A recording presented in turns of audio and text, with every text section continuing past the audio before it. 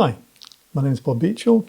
Now in this video I'm going to be looking at how to import data into a data frame from a comma separated value file, a CSV file.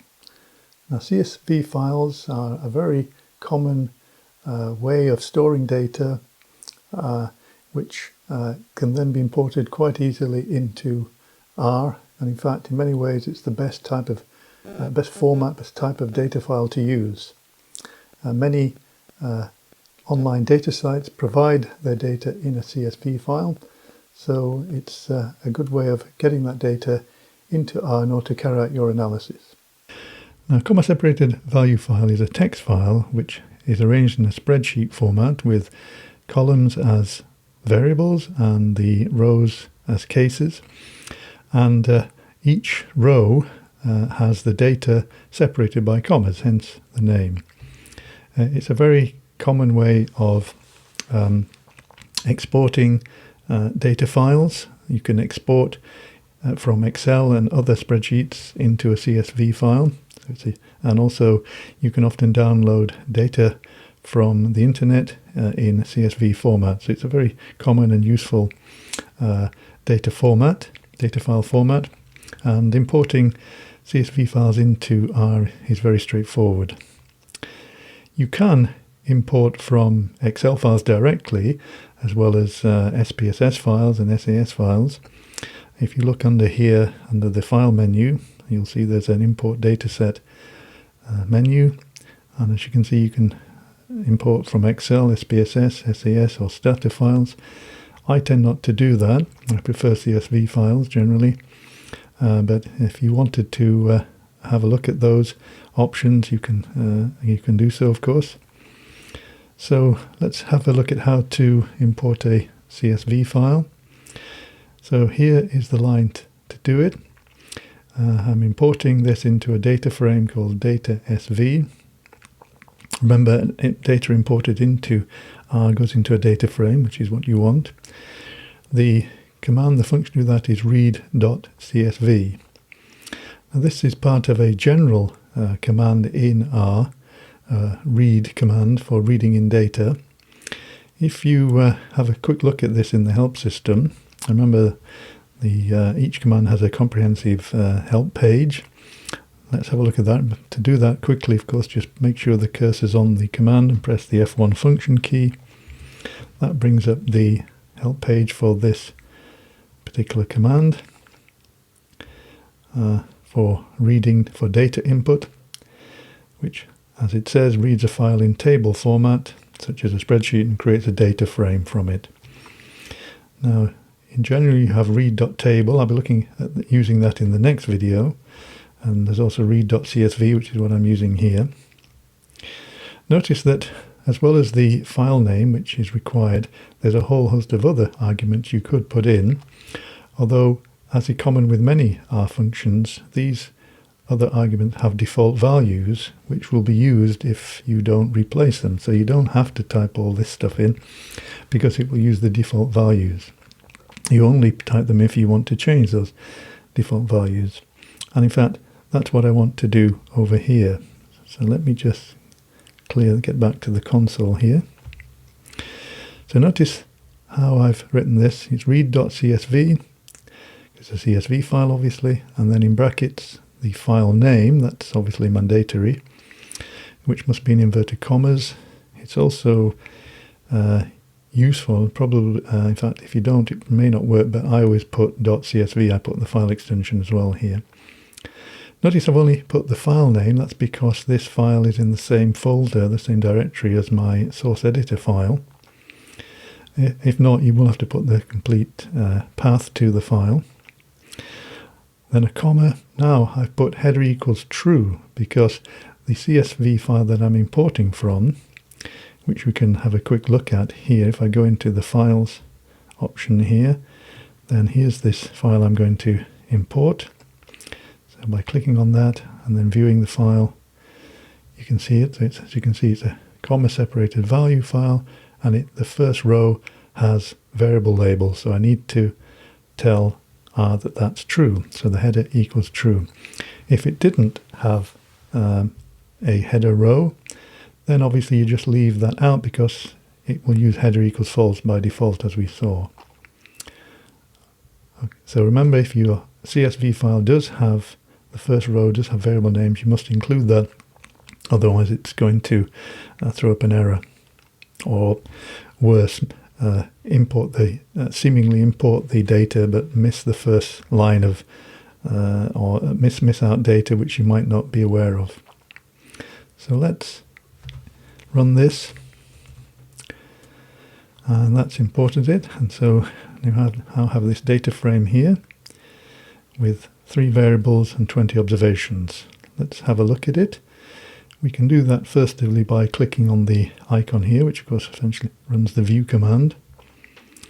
And the advantage of that is it opens up in a separate tab and in a spreadsheet format, and it's possible to sort the rows by a particular column if you want. So I could click on here, for example, and that sorts by gender with female first and then male. Clicking again does the opposite. But obviously, of course, you can also view the data in your console. Let me maximize the console again by, of course, just printing it out. Now this is a simple data file that I set up purely for illustrative purposes. It has merely 20 rows, 20 cases on 3 variables, 2 which are categorical variables and 1 numeric variable. Let's have a look at the structure of this database, this data frame now. And notice something here very important. Notice that the 2 categorical variables, the 2 character vectors in other words, have been transformed into what's called a factor. Now factor in R is a vector that's used with categorical variables rather than numeric ones. And the advantage of R transforming this, what is essentially a character vector, into a factor, is that it codes the data for you automatically. You don't need to code this yourself. So notice that the female, the F, has been a value of 2 and male 1. So that then enables that to be used in statistical computations, in running regressions and so on. So it's a neat feature that it automatically codes this non-numeric data into a numeric form for that can be used in analysis. And it's done the same with the site variable. That's a factor now with 3 variables, 3 levels they're called: Facebook, Twitter and Pinterest, which again have been coded. If you don't want that to happen, you can prevent that by adding an additional argument to the read command. You can find the details of that in the help system. But normally you want that to happen, so you don't have to do anything special. Now, of course, if your data file, if the CSV you imported from already had these things coded, in other words, let's say that the file already had, say, a 0 for male and a 1 for female, then obviously that will just get imported as a normal variable and can be used. So, but if, as here, it's in categorical form, it will get automatically coded. So let's look at the summary of this database, data frame, and notice the difference between when we did this with a matrix which had a character vector in it. In that, if you look back at the matrix video, you'll see then the character vector simply, all it stated was that it was a character vector and how many values.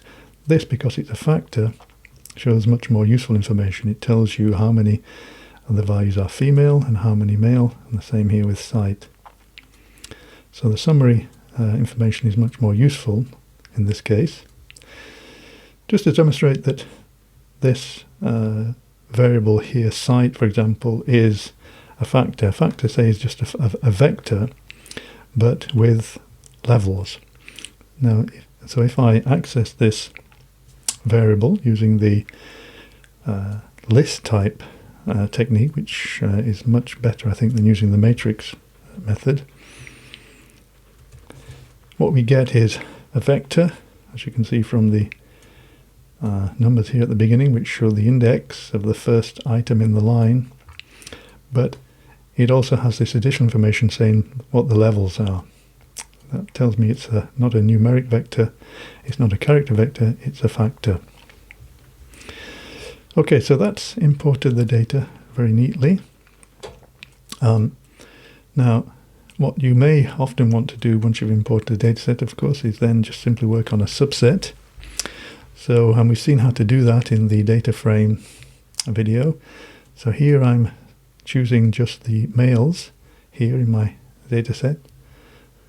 And to do that, of course, the easiest way is to use the subset command, as I did in the data frame video. So I'm creating another data frame here, data sv.male, which is a subset of data sv where the gender is male. Again, remember that double equal sign here. So that will create that. Now we can have a look at that here. It's now, of course, down in my list of data frames. So there we have it with just male. Obviously I can also view it in the console like that. So it's just the males. What if you wanted to do even more specific subsetting?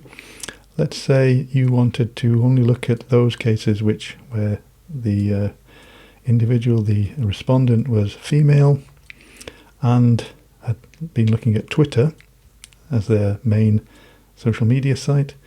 Well, I can use the subset command again here, and notice how I put a double condition in here.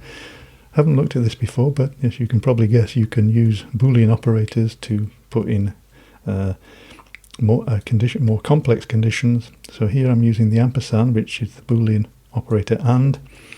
So obviously what I'm subsetting here is I'm choosing only those cases where the gender is female and the site is Twitter. Now, if we look back at the actual data set, you should find that there are 3 that match that. So we want Facebook and Twitter. That's one there, and one there. I think there's 3. Let's confirm that. So let me run this command and then print out the data frame that's created. And there we have it, just those 3 with just female and Twitter. So as you can see, it's very easy to import data into R from a CSV file. It's the method that I use myself more than most of the time, because it's very straightforward. And obviously, once you've got your data set in, you can subset it if necessary. You can also change the variables, recode them, but notice that any categorical variables get automatically coded into a factor. Okay, so that covers CSV files.